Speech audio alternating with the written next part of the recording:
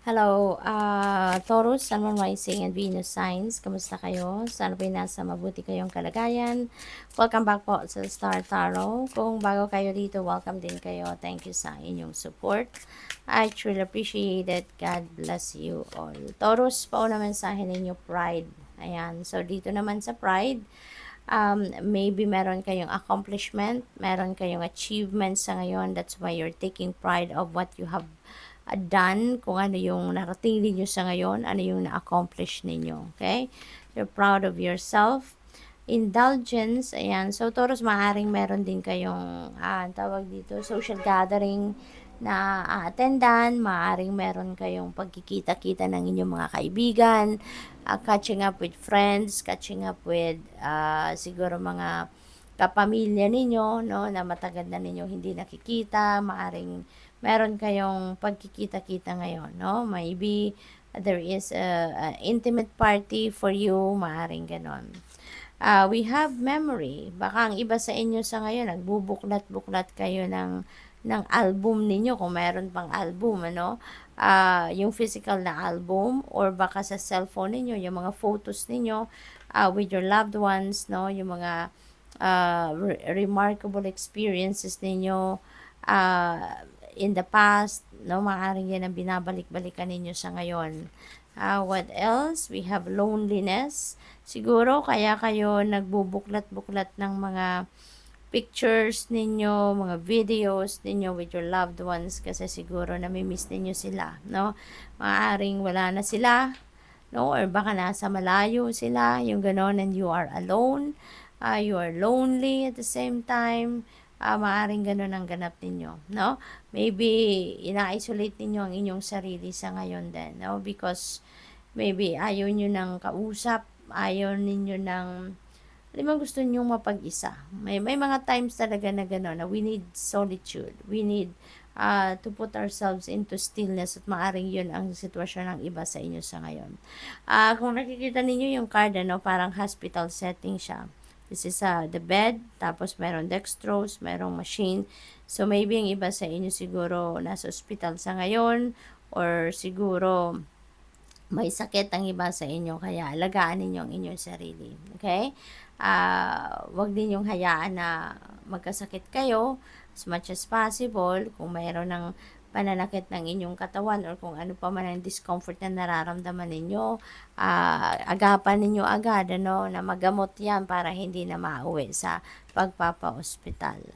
So we have okay, ayan, so maybe this is an approval, no, Taurus? Baka meron kayong pinoprosesong mga papeles, may mga nilalakad kayo na kung ano-anong papeles, or kung ano man, ano, na kailangan ninyo ng approval, maaaring ito na yon, no? This is okay na. So maybe tanggap na din kayo sa trabaho, kung kayo nag-a-apply ng trabaho, maaaring this is a green light na for you, na sige, go for it. Maaaring ganun din yan.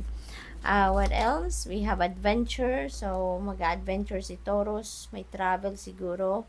Ang iba sa inyo, you're going to explore, no? Other places na hindi pa ninyo napupuntahan siguro. So, good luck sa plano ninyong yan, or sa gagawin ninyong yan. Self-care, self-love. Ito rin ang kailangan ninyo, Taurus. Okay? Alagaan ninyo ang inyong sarili. Maybe you are taking care of the people around you, pero yung sarili ninyo baka nakakaligtaan nyo na. Okay?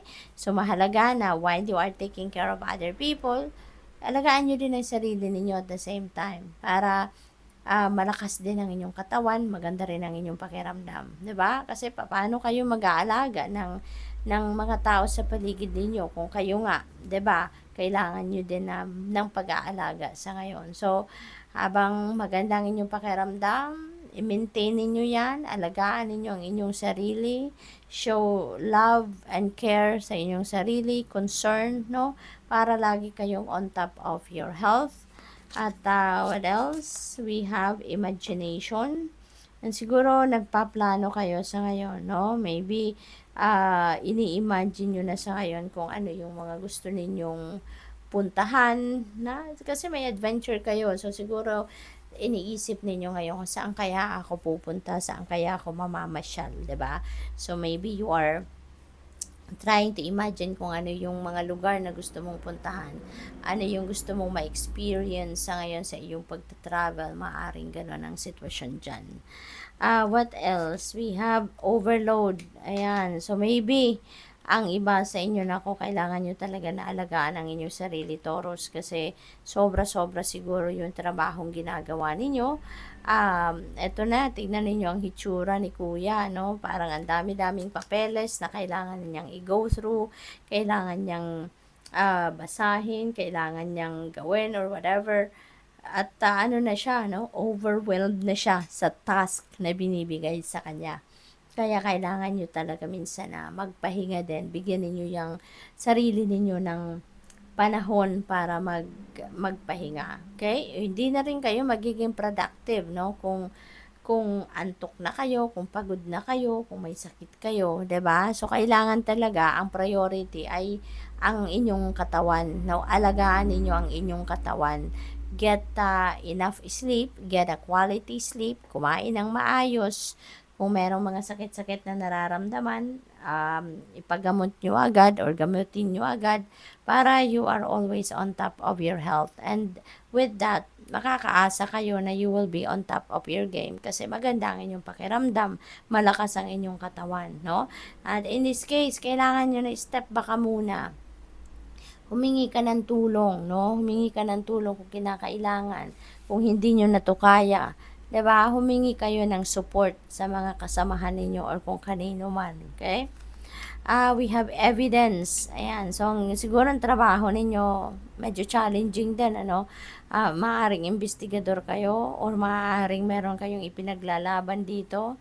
May statement na kailangan ninyong suportahan. Kaya siguro, naghahanap kayo ngayon ng proof, ng ebidensya para mapagtanggol ninyo kung ano man yung statement ninyo. So, maaaring may mga ganong sitwasyon ng iba sa inyo dito na ganyan. Okay? So, good luck. Thank you for watching. Love and light. Namaste.